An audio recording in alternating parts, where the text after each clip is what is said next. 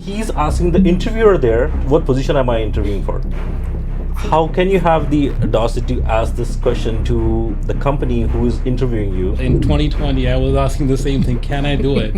When you are on H1B visa, you're an alien because that's the number that they give you, alien number. When people say AI is transforming almost every sector now, how do you see it really impacting in the recruitment sector? We don't know what's going to come next, right?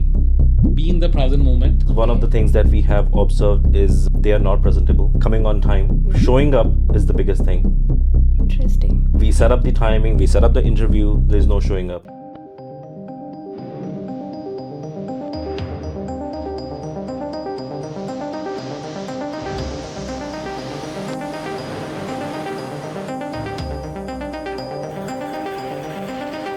Welcome Ambarish and Chetan to the Rewrite Club, where we are rewriting something every day in our lives. But first of all, I want to wish you both congratulations on the opening of your new office in India. Thank you. And tell us a bit about the India office. Where is it and how did you find that place? A bit about the backstory there. So our India office is in Baroda. Okay. It's his birthplace. Wow. That's the main story behind that. But the other story is right now, Gujarat is one of the booming states in India. One of the main reasons was the location. We are connected to all the parts through that office. And the other was the skill part. You know, anywhere else we have gone, the skill set won't be as compatible. In Vadodara, we are able to find like a skills of every field in there. That was our reasoning to be there.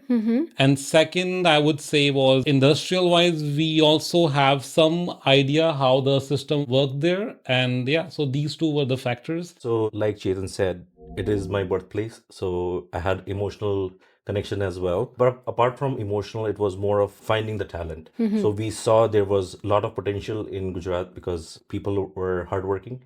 People are ready to adapt to what we are trying to tell them.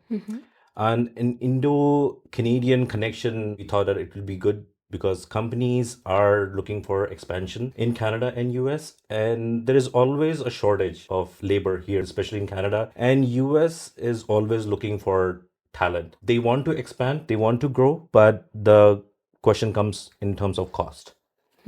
How did they invest in labor but not increase the cost of the project? That's where the companies look towards companies like us in Canada who have connections in India or who have companies already set up in India. That's how we started this Cygni 360 program. So basically this program is a bridge. So we connect talent in Gujarat especially, where we have trained our talent in terms of using technology that is North American. We have trained the Indian employees as adapting to the Canadian culture, the North American culture. And we know that they will be able to quickly adapt and quickly come on board when the client is looking for it. Plus, having somebody in that time zone helps the companies have 24/7 support. They also have talent at the same level as they are looking for here in North America and Canada. So that was the reason why we thought it would be a good idea to open a company there and expand in India. And Chetan, you mentioned something about finding the right skill set in that place, right? So why do you think you found the skill set there and not in any other part of India, specifically where there are many tech giants? Why would you still specifically circle down Vadodara?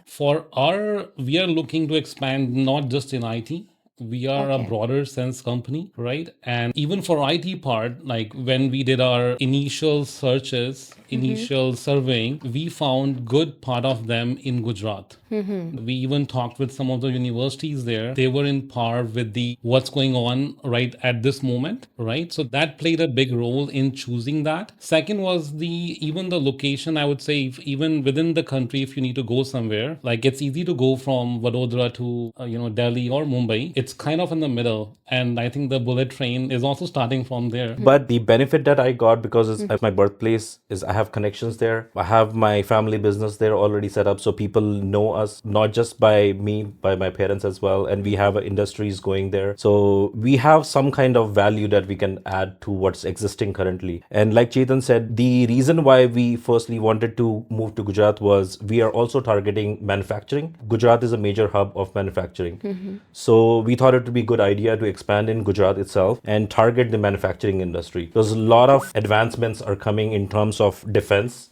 in Gujarat, and a lot of companies are coming up basically starting aircraft manufacturing. Okay. So defense is investing heavily in Gujarat. And that's the reason why we thought it would be a good idea. When it's a booming industry, defense is a part and parcel of India right now. So we have to invest in something that is upcoming. When it comes to Canada and US specifically, because you have worked in both these markets for a long time, do you think people really are okay going ahead with building these global remote teams as well? Or do you find some hesitance there? If I take example of Canada, companies are still looking for having nearshore hiring. Companies are still hiring from Canada itself. But now we are seeing a trend which is changing right now because of the shortage of talent. There is not talent coming in Canada in terms of the labor market changing, in terms of the immigration laws changing. So definitely companies like us, like Cygnisoft, they help companies to bridge this gap. Okay, and when you talk about bridging the gap, is there any specific skill sets you go for back to India? Yes, so definitely we are looking for one which is healthcare, which is in demand in Canada because of the shortage. Right. The second is manufacturing. With all these tariffs and manufacturing, we want to increase manufacturing in Canada, but we want labor to be coming from India so that we can cover this labor shortage. Let's go back to our backstory a bit. Like, how did you guys get started with this agency? So I can start. Yeah. So I was in US, so I was on H-1B visa like any other aspirant coming to US and want to work and then have their US dreams. I saw there was a lot of demand for IT, lot of tech talent that was missing. That's the reason US was hiring from India on H-1B basis. I started Cygnisoft. Cygnisoft was started in 2014 as a IT software development company. From there, when I moved to Canada, I brought the company to Canada, and from there it's been working as a software development company. And then I met Chetan, and we saw a lot of candidates were coming to our office demanding for work. So we saw this as a gap, that there is a lot of gap in people trying to find job here in Canada. So we thought we cannot give job to everyone, because of course we were starting here as well. We wanted to give job to possibly everyone who is talented. So we thought, okay, it'll be a good idea if we venture in staffing. That's how the staffing wing started. And Chetan, he comes from healthcare background. We thought, okay, it'll be a good idea, not just being in IT, we can expand in healthcare as well. So Cygnisoft started and conceptualized from there here in Canada as IT talent and healthcare talent company, along with software development. Okay. So yeah, like he has summed up the the backbone of what we do. And like I have joined Ambarish from 2020, and last 6 years have been a roller coaster in a good way. So yeah, now we have expanded to India, US, and hopefully UK too soon enough. And how did you find him? So we are connected as family as well. Okay. And it all started with, we were just having a dinner in his basement, and we were just talking about how things have been working in Cygnisoft and software development. And he said, why don't we start staffing? It's a good idea because we have seen so many people coming in. And we were like, okay, this is a good idea. We can think about it. Let's do some brainstorming and see how we can leverage the staffing, because we were both not from staffing industry. Okay. We were both from a different industry altogether. I was from IT and he was from healthcare. And we saw a synergy where we can bring in staffing. We studied, we did a lot of brainstorming and came up with this idea, okay, we are doing staffing because people are walking into the office, like I said, and we can bridge this gap. That is a talent issue with the companies. Yeah. So it all started with his basement and having dinner there. So in short, yes. Okay. Moving on, I would like to talk a bit about one question which we usually get specifically from immigrants is about Canadian work experience. Correct. Okay. So when we say we applied for a job and a recruiter calls us, and the first question they ask, okay, hey, how many years of experience do you have? So I would like to ask you, being the experts in that industry, when you say work experience, does Canadian work experience really hold that much importance when you shortlist a candidate or no? So there, I would answer this in two parts. One is the job requirement itself. Okay. Like it's hard to give a broadened answer. So the first part is, does the job requirement demands a Canadian experience? If yes, unfortunately, yeah, the person needs to have a Canadian experience. Specifically in healthcare, like you need a license here. To get the license, it's every field, nurses and doctors, they have to go through a different pathway, right? Now, in terms of other fields, say IT, right? Like a software developer, it's more about the skill set they're looking at. But overall, I would say it's like anyone who comes new here, work on your soft skills. That's the most important part too. There's a lot of people, they complain, oh, I have done 8 years in India, 10 years in India. I'm having a hard time finding a job. The reality is it's good you have the skill set. You come to a different country now. It's better to learn how the system works here with, I believe, proper soft skills and the skill set you have. This country gives you a lot. Mhm. Yeah. And when it comes to work experience, do you think, because you guys are working in 3 different countries as of now, right? How does this work experience really hold good in different countries? Like, say you're hiring in India or you are hiring in Canada. What differences do you really find in the markets? Say it's like Canadian market, like in Canada, last few years have been hard for people. The unemployment rate has risen. At the same time, I would say the government, both at provincial and federal level, has put in the policies to curtail that, to lower it down so that people are able to find the jobs. One of the things was funding to the, like, say, if you're a cook, right? You got laid off. Like restaurants are closing. So what do? There are programs where you go to school for 6 to 8 months, get a particular skill set, and then again come to the job market. That's for Canada. And now for India, I would give it to Ambarish. Yeah, so for India, definitely what I've seen is people are ready to adapt, first of all, and they are ready to learn the system. They already have a talent, which we thought that won't be a possibility in India. So definitely in terms of how Canadian government is helping the companies to promote themselves, we are looking into talent that is already existing in India and they are ready to adjust to what's the standard of Canada and North America. Okay, and when, say, a candidate is there and a candidate calls you, hey, I need a job, where would you rank the candidate experience? What comes as your top priority in shortlisting the candidates? There are a couple of things that we definitely see. One is, first of all, they should be presentable. That is one of the things that we have observed is they are not presentable. Coming on time, showing up is the biggest thing. Interesting. We set up the timing, we set up the interview, there's no showing up. Second or third thing is their online presence. How we find it different is people, they have the best of the resumes. Thanks to ChatGPT and AI these days, they make the best of the resumes. But it's not about the keywords anymore. It's about the skill set that you're showing and how you are marketing your skill set and how you are showing this online, specifically on LinkedIn. Okay. So LinkedIn is one of the platforms that a candidate definitely should be leveraging because almost every employer is looking for platforms like LinkedIn because that's your first presence online. But here's the catch that A candidate might be having a LinkedIn profile, B candidate has a LinkedIn profile, but has added a lot of value in LinkedIn, especially by adding what he has resolved. Small snippets of how he worked with X company and increased their value by X%. That gives us an edge over the other candidate because that is a mirror of that particular candidate. So we know that, okay, this particular candidate has done something. It's not just the flashy resume that he has brought, but it's the actual experience that he has put in, effort in portraying himself on social media, just to see how he is able to resolve these issues practically in industry. So that always gives an edge over the other candidate. But would you say you would rank that as number one as a Correct. recruiter? Yes. Okay, that's Yes. interesting. I don't think many of us really know Correct. that. Correct. Because everyone is busy polishing their resumes Yes. so far. LinkedIn, yes, some people do use, there are creators who are using LinkedIn as of now, but using this as your primary point of contact and ranking as number one, that's very good insight. Yes. Yeah. Even when someone applies, right, it's better to read the job description. Okay. Like last week, someone was in our office, was asking how to, he said, I applied to 35 jobs in a day. I was like, did you read any one of them? Right? So it's more of the quality, as Ambarish said, right?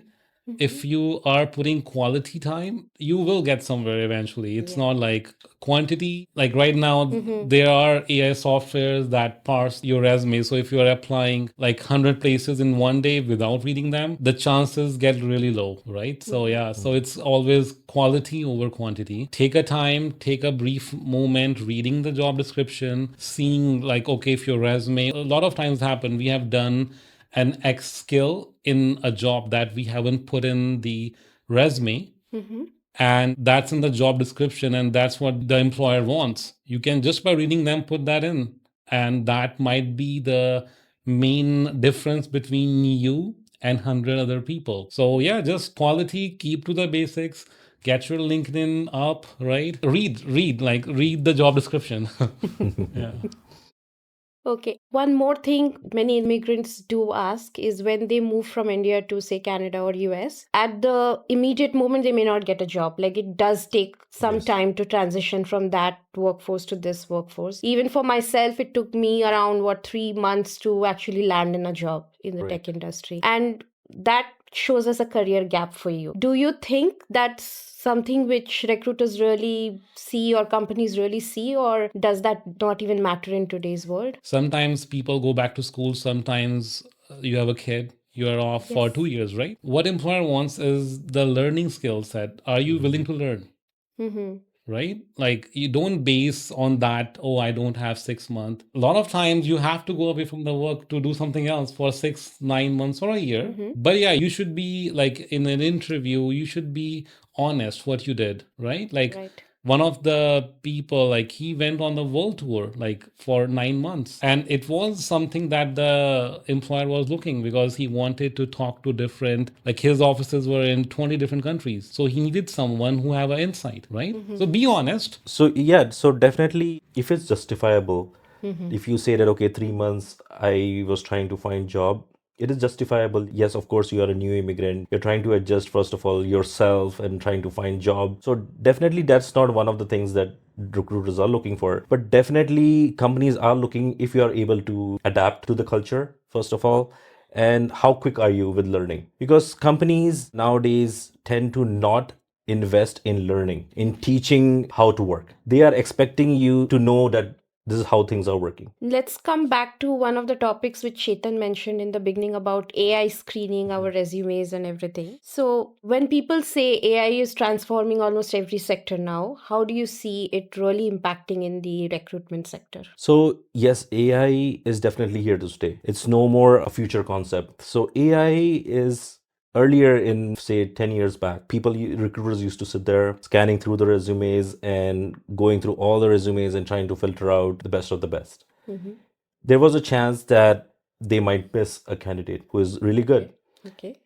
ATS, which is part of the AI system, is trying to solve this issue. Sorry, what is ATS? ATS is Applicant Tracking System. So these kind of systems, they have AI inbuilt these days. And what they do is they not only just help you filter out these kind of candidates who match the skill set, they also go through the career graph. They tell you how the career graph has been so far for this particular candidate. What is the potential of this candidate if hired for this particular position? That gives a lot of time for the recruiter to review this and call the candidate back for the interview. So I can quickly give you an example about this. So we had a candidate that applied for a position for a customer service rep, a truck dispatcher role for one of the logistics company, and that person had 8 years of experience. Whereas the ATS, the applicant tracking system that we have, the AI that we have built in-house, found a resume, that person had only 3 years of experience. So the ATS was able to give us an information that this particular person will be able to handle more calls and track more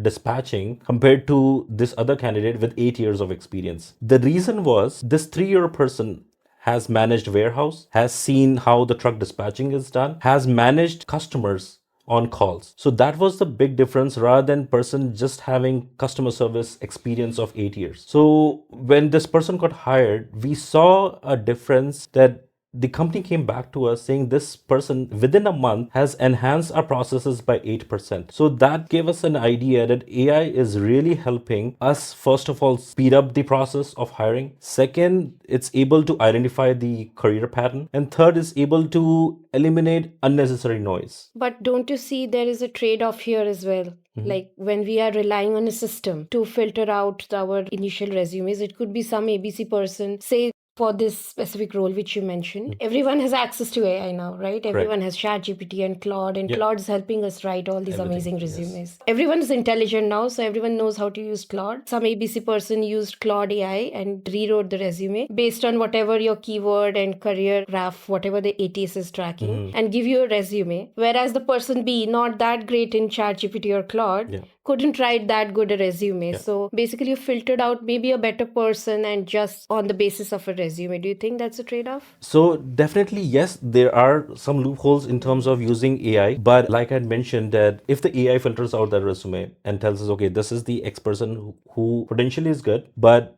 is always a human factor in here. So the human factor is going on LinkedIn. Yes, you may use Claude or ChatGPT or Gemini to create your best of the best resumes. But just being a flashy resume is not solving the issue anymore, because AI is getting smarter. AI knows the pattern how you are creating these resumes. First of all, there's always a factor that we can identify, is it the AI that has built this resume? Second, posting on LinkedIn, especially because social media presence, no AI can do. You have to put your articles yourself. You have to write articles on LinkedIn that no AI is doing right now. Once you write those articles, somebody sitting in the HR department knows when they are reviewing this resume that this candidate is actually good. So yes, you're right. In a way, there is a chance of missing, but of course, there are always chances of finding out these kind of candidates via these social media platforms. Okay. Okay. And when you say AI in the recruitment, is it just for screening the resumes, or where else do you see AI being really used now? So definitely screening. But we have also been using AI for initial conversations. For example, first a candidate has to apply for a job opening. Okay. Then they have to wait for the response to come in, wherein the candidate is very reactive to the situation. That yes, there is a job opening, I'm applying for this position, and now you wait. Now, what's happening with AI is trying to solve this as in being proactive. They are trying to find the candidates who are actively looking, Okay. or even passively identifying these candidates as potential future candidates. So AI is also leveraging there. AI is also helping us with drafting initial emails, like a HR used to manually draft. For example, there was once they see that, okay, we are ready to filter you, can you come for the interview? These kind of emails, if you're trying to build around 100 emails, it will take almost 10 days for a HR to manually draft these emails for individual person based on their experience. AI solves those issues. AI knows that, okay, this is the candidate, this is the position, and this is the draft email that we can send. So a lot of automation has come into the picture because of AI. And what processes in your whole entire business process would you say has become the fastest because of AI? First of all, screening. Okay. Second of all is sending such kind of emails to our candidates that helps eliminate the HR process a little bit. It's faster for us to review the responses that come back, especially the screening questions that the AI asks, because some of these screening questions created by AI are based on the experience and the skill set that AI thinks that they should be asked to this particular candidate, to make sure the skills that they have written in the resume match with the job description. And from a candidate's perspective, especially with AI coming in the initial screening process, what do you think big mistakes are being made by candidates these days? Why wouldn't someone's resume get filtered for, say, a specific job? So, like Chetan had mentioned, definitely not reading the job description, because some of the candidates don't even bother about tweaking their resume based on the job description. We had a position for a software developer, and the person was replying to our email as a customer service rep. So definitely that's, of course, it's filtered out. We know that, okay, this person doesn't know, even though this resume said he's an experienced software developer, but whereas the response that we got for the AI was completely different from what he was trying to portray. So so definitely those are some of the things. But Chetan, if you... See, yeah, overall, like AI helped our recruitment team to streamline the process itself.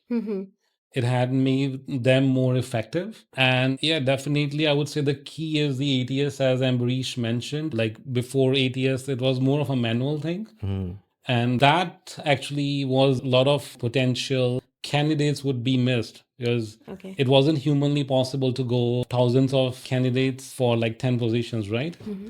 Now with the AI, if you have a capability, it is shown, okay, this guy has 3 years, 5 years experience. And sometimes the other good part is even sometimes they put in the time to make a resume. Sometimes the resume is not good. Like, we all do grammatical mistakes, this and that. But through the parsing, that's one of the key in our software that we made, we are able to get that data as well. So it's hard now to miss a potential candidate. There's one more point I want to touch up. That's if you go into LinkedIn now, you'll see a flood of these contract and flexible model jobs. Yes.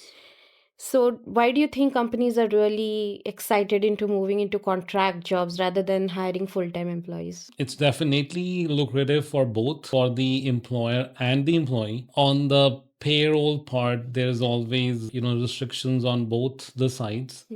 On contractual basis, both the parties know it is for 1 year. You get more paid, right, for the same amount of work. So that's one part. See, the patterns come like 2021 when the pandemic was at the peak. This was there, then again it slowed down. Now again, last 6-8 months, a lot of contractual positions are up. So what we have seen is before pandemic, I would say companies were hiring and looking for full-timers. Like you come in full-time, work 9 to 5. And after pandemic, we saw that the trend has changed a little bit. People prefer contract jobs because it gives them work-life balance. It gives them opportunity, first of all, to work on something else on their own project if they are looking for something. Because definitely one job doesn't solve the problem anymore. So people are looking for a second job or second kind of work or starting their own business, so definitely they can do off hours. So the contract gives them a leverage on top of that. And like Chetan mentioned, the companies are also giving this advantage to the candidate because they don't have to run their payrolls anymore. They know that they don't have to worry about giving them EIs or CPPs or doing their taxes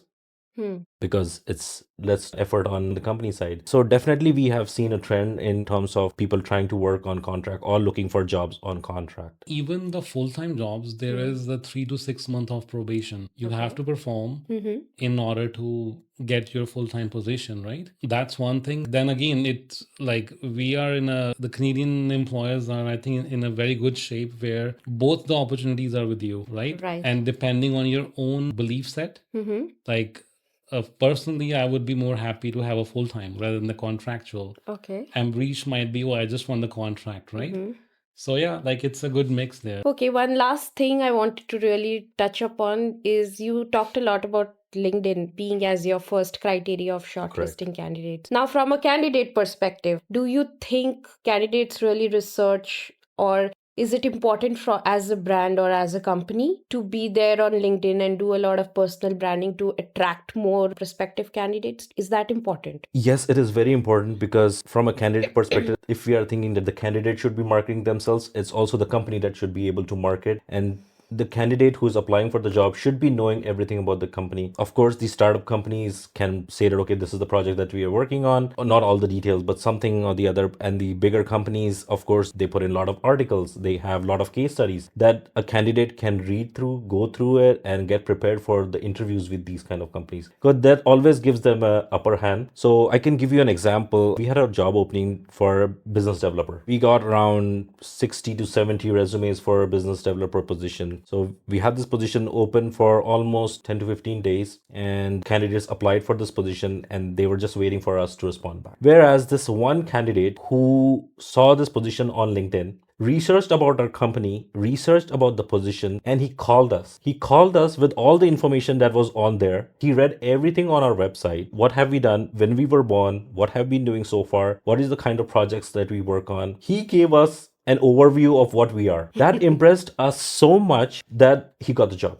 Okay. Of course, that's how the company should be marketing, and we want the candidates to be prepared for these kind of interviews when they're coming, and he was proactive in this situation. Okay, interesting. Has it ever happened the other way around that because of a weak brand, a candidate would have rejected an offer or something like that? Like sometimes the candidate, even the brand, if it's good, they wouldn't have read about the brand. Okay. Yeah. Yeah. Like or the role Interesting. they're coming Yeah. for, right? So yeah, it like goes both ways, right? Yeah, we know a logistics company is a big brand in Canada and they have offices all across the world. And we had sent this candidate for an interview with them. When he went there, he called me and he asked me, what company are we interviewing for? Whereas we had provided all the information, we had provided the contact person's name, we had provided the website. He did not research anything. He called me from there and he's asking who is the contact person? What is this company about? What is this position about? And he's asking the interviewer there, what position am I interviewing for? How can you have the audacity to ask this question to the company who is interviewing you, asking like, why am I here? So that means you did not research anything about the company. So how can you expect the company to hire you?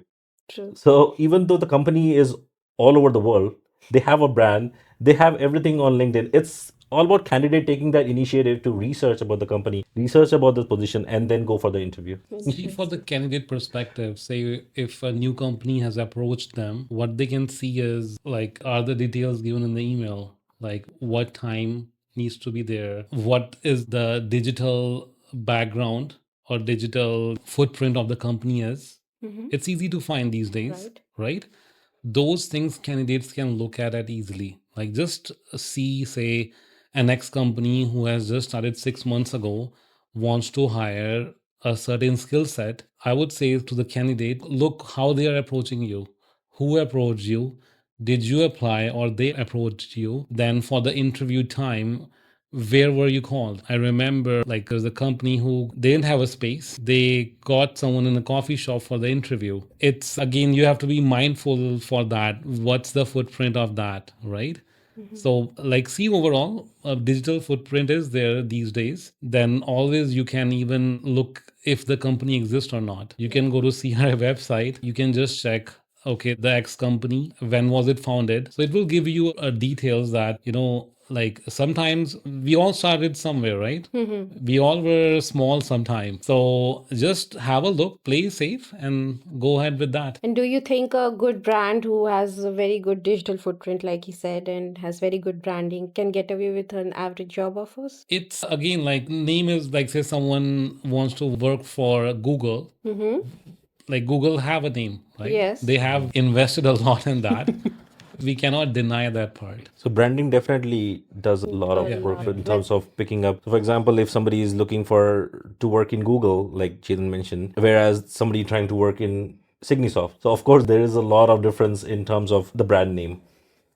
So smaller company, of course, we may not be able to give as much leverage to the candidate who is coming to us compared to if they go to Google. So there's a lot of branding value See, to for the it. candidate part, it's better to go with the like, just see the structure. A lot of the bigger companies, they're compartmentalized. And these days, the skill set requires you need to know 10 different things. If you are with a newer company, there's a more chance that you will be learning 3 or 4 different skill sets as compared to, say, you go to a bigger brand, an X brand, where you are in a compartment, you're just doing just the what says in the job description, right?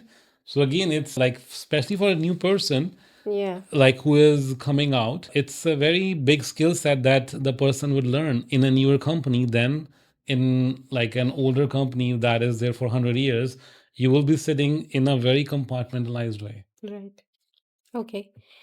When it comes to candidates, do you think job seekers are really misunderstanding something about the job market right now? Read the job description, read about the company, read about yourself too, read your own resume too. Am I fitting in there?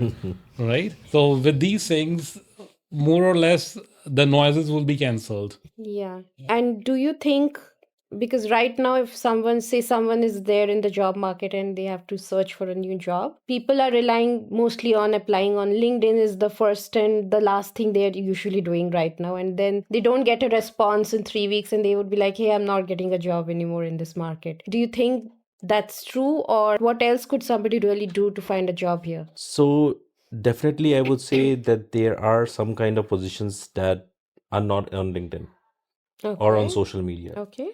There are these positions that come straight from an employer to staffing company, for example, Mm-hmm. because the companies don't want to waste their time posting these kind of positions on, say, LinkedIn or Indeed or X platform, because time is limited. So I would recommend candidates to stay connected with recruiting companies, Mm-hmm.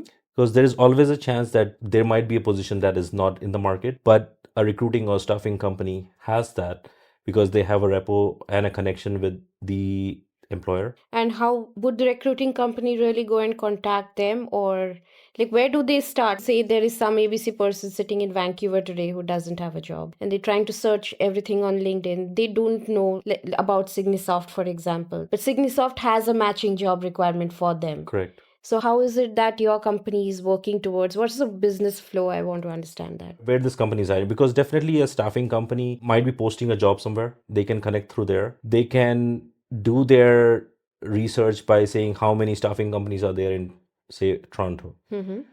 Give me 5 top staffing companies. They can always call these staffing companies and say, okay, are you guys hiring for us for this position? I have this resume. There may be a chance that the staffing company may not be hiring at this point for this particular position, but they may keep their resumes. Okay. So in future, if that particular position comes up, they know that we have this resume in the database. So the ATS, or the applicant tracking system, will give us information, first of all, that we have a candidate in our resource. If you want to try them first, rather than going out and posting this job. So we have in Cygnisoft, what we have done is we have built an app. So what that app does is it is a self-serve ATS system. So anybody who is looking for a job can apply from there. They can create their profile. They can put in whatever skill sets they have, put in their resumes. They can see what job openings are there currently. They can apply for that job. We get the notification that X candidate has applied and they have the skill set. And the resume parser works, which is the AI that we have built in. So it tells us that how much is the match for this particular candidate with the job description, and what's the career graph, and is it a potential that this person can get hired. Once that comes in, we know that we are able to call this candidate back, or this person, once the resume is in our ATS system and there is a future potential of a job coming up, the ATS gives an alert that there is a job that has come up and X candidate is available for job. So the recruiting company calls this candidate and tells them, okay, you applied for this with us. We have your information registered with us. Would you like to proceed? If the candidate is available, of course, he'll be ready to apply. If not, then we'll find somebody else. I would add to the Ambarish point is like it's for the candidate perspective. See what's the turnaround time for that company. A lot of times it is within few months, 1 to 3 months, 45 days. So if you apply and you just waited 3 weeks, there just look at their turnaround time too. Sometimes bigger companies, especially, it's a bigger elephant to move, right? It does take more time for them to reach out back to you. So see that point too. Your ATS system basically works for candidates who are there within your database, correct? Yeah. But then how do you go out and hunt these new candidates? So definitely we market. Okay. We market ourselves as a recruiting company, as a software development company, and we market really hard so that the candidates know, the clients know that, okay, there is this company who is a staffing company who can develop softwares or build ERP systems for us. So candidates, definitely, if they have a presence on LinkedIn, they get the notification because we have paid ads running as well. So they can always call us. And like Chetan mentioned, we have a turnaround time. We have turnaround time of 24 hours. So within 24 hours, we respond back to whoever has applied for this position, because we have our AI systems responding right away, which gives us an upper edge over other companies who may not be having ATS or who are still processing manually. Thank you so much for your kind insights into the hiring and recruitment industry. But It's a we pleasure. have a small surprise for you. It's a small game which we play with all our guests. Okay. So the game is called the podcast roulette. So here are some cards, and I will ask you, each one of you, to pick up one card. Sure. There's a surprise question in there, and you have to go ahead and answer it. Okay. What's one thing you stopped doing that improved your life instantly? What's one thing you stopped doing? Yes, definitely there is one thing that I stopped doing was looking for a job 9 to 5, Okay. because I started my company and I don't have to worry about finding a job for myself. And I'm very happy that I'm able to give job to people, especially when people call me back or my employees call me back saying, I bought a car. Can you give a feedback or a reference check? That keeps me proud that, okay, that one step that I took that stopped me thinking from 9 to 5 and starting this company makes me feel proud. And how did you do that transition? Was it hard? Of course, it was hard starting everything. First of all, I was an immigrant as well. I moved from India to the UK and then coming to US and then to Canada. Yes, it is always difficult to start, but consistency and persistence are the two keywords that I always kept with me, that I have to keep going no matter what. I cannot stop. And that's one thing that has kept me moving. And what was the trigger point? Like, okay, this is the point I need to stop my 9 to 5. So yes, I was on 9 to 5 in US and I was seeing a lot of potential in starting a company. But then I was also questioning myself, should I do it? Should I not do it? How will I start? Because first of all, I'm trying to settle myself here in this alienated world. Because when you are on H1B visa, you're an alien, because that's the number that they give you, alien number. So definitely, if you're an alien, you're not in a position to say that, okay, I own a company. But then it was one night I was just having dinner and thought, okay, that's it. I'm done with this 9 to 5. I have to start something on my own, because I see a lot of people on my boat struggling, going through the same process of 9 to 5. Companies struggling with trying to find right talent. That was a trigger point, and I thought that's it. And middle of the night, I woke up and started thinking of the name for the company. And next morning, I remember that I was having breakfast and I was telling my roommate I was staying with, and I told him I'm going to start a company. And this guy was so surprised. Like, you're a 9 to 5 person. You came as on a H1B visa, trying to find jobs here, trying to settle yourself, and now you're thinking of starting a company. And I was like, yes, I've taken decision. I'm leaving my job and I'm starting a 9 to 5. That's how I came up with the name and came up with the logo, and that was it. Never went back. That's interesting.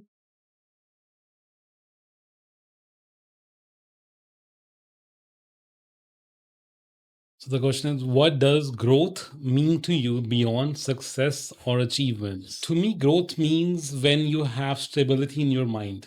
It's not about money part. I say to everyone, it comes and goes. Like we have seen, like sometimes, some days we made a lot and sometimes we lose a lot, right?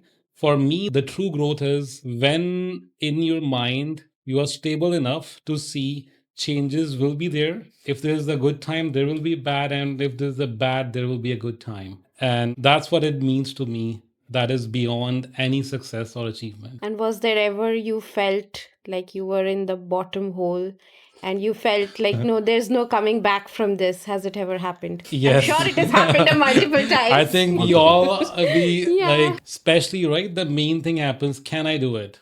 That's the question. Like as Ambarish said, right? Like in 2020, I was asking the same thing. Can I do it?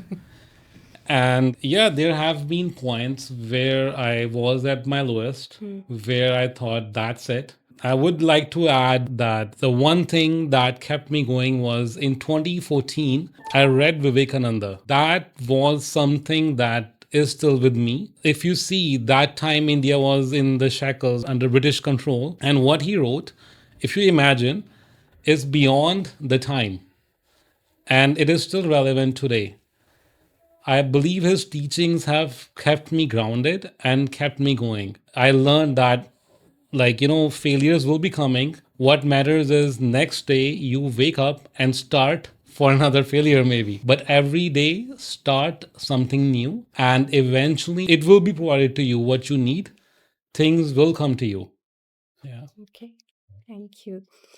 Okay, our next section is every guest leaves a challenging question for the next person. So the guest before you has left a question for you. So the question is, have you ever had your life flash before your eyes? And what moment did or would you have stood out the most? Both of you can answer one by one. So definitely life has flashed a couple of times, especially on the downside of business. So if we had to question ourselves, is this the right path to move forward? That happens in the night. And then every morning I wake up, look in the mirror and say, what was that one step that I took yesterday that grew me just one step forward from what I was yesterday? So that one step gives me a motivation that, yes, I did something different yesterday, which moved me.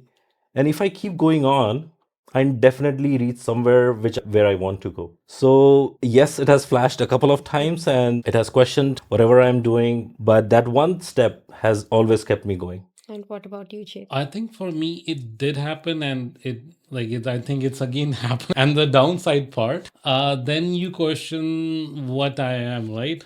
Like, how do you define yourself, right? So it's always, I strongly believe we are the net result of all the positive and negatives that have happened. If we are here just because of negatives, that's not true. If we are here just because of positives, that's not true. So we are the sum of both the experiences, Right. and both are necessary. Like, if few bad things weren't happen to me, I wouldn't be sitting here, right? So yeah, that would be my answer. Yeah. It's interesting you said that because the guest before you, she also mentioned something similar. So the question which I asked her was, what is that in your journey which you would like to go back and change if you had a time machine? And she exactly answered the same thing, saying, I don't want to change anything because I am a sum up of all the Yeah. lessons I have already learned. Yeah. And if I would remove one of those lessons, then I wouldn't be where I am Easy. today. Yes. So that's very important and very Yeah. nice. Yeah.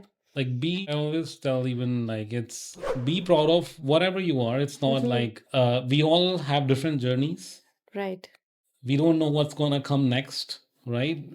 Be in the present moment and have faith in what you believe, right? Have faith in yourself. That's the most important part. Right.